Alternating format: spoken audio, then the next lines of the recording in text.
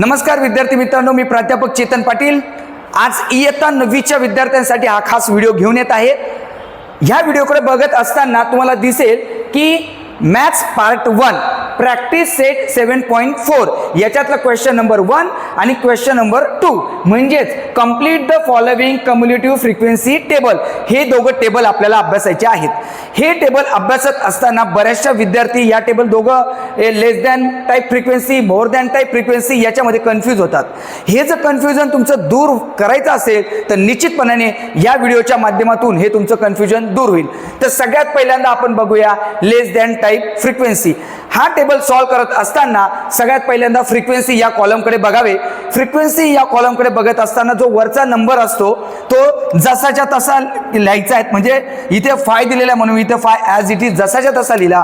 हा 5 जे जे इथे नंबर येत जातील ॲडिशनचे ते पुढच्या नंबरला ॲड करत जायचं। म्हणजेच कसं तर हा 5 ॲज इट इज प्लस इथे नंतर 7 ॲड करणार, 7 + 5 येतात 12, मग 12 मध्ये 15 ॲड करणार, मग 12 + 15 येतात 27, 27 मध्ये नंतर आपण ॲड करणार 10 तर त्याचं आन्सर आलं 37, 37 मध्ये आपण ॲड करणार 5 तर त्याचं आन्सर आलं 42 आणि 42 मध्ये आपण ॲड करणार 3 त्याचं आन्सर आलं 45।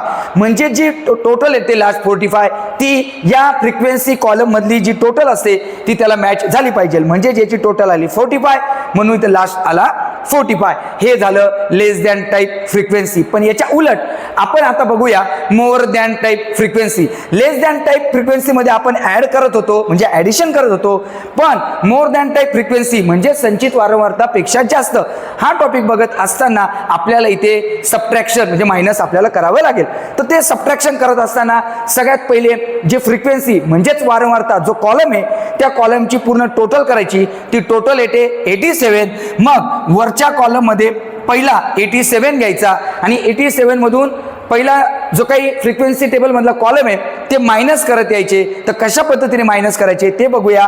मग 87 मधून आपण मायनस केला 45 त्याचा आन्सर येतं 7 - 5 2 8 - 4 4 इथं आला 42। जसं 87 मधून 45 मायनस केला त्याचा आन्सर येतं 42, म्हणून 42 मधून आपल्याला मायनस करायचा आहे 19 म्हणजेच 12 - 9 त्याचा आन्सर येतं 3, 4चा झाला 3, 3 मधून 1 गेला 2 म्हणजे 42 - 19 त्याचा आन्सर येतं 23। मग 23 मधून आपल्याला मायनस करायचं आहे 16, 13 - 6 आला 7, 2चा 1 झाला म्हणजेच याचा आन्सर 23 - 16 आन्सर आलं 7। 7 मधून आपल्याला मायनस करायचं आहे 2 म्हणजे 7 - 2 त्याचं आन्सर आलं 5।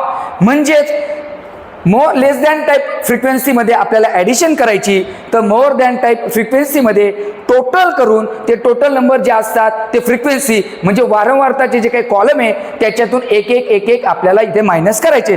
म्हणजेच अशा पद्धतीने तुमचे उत्तरं येतील। हा टॉपिक इयत्ता 9वीच्या जी काही आता वार्षिक परीक्षा आहे त्या वार्षिक परीक्षेच्या गणिताचा जो काही पेपर असणार त्या गणिताच्या पेपरच्या दृष्टिकोनातून अत्यंत महत्त्वाचा आहे आणि हा टॉपिकचा जरूर तुम्ही अभ्यास करावा, कारण साधारण हे टॉपिक 2 किंवा 3 मार्काला हे प्रश्न तुम्हाला विचारू शकतात आणि हे प्रश्न अशा पद्धतीत तुम्ही सॉल्व्ह करू शकतात। धन्यवाद।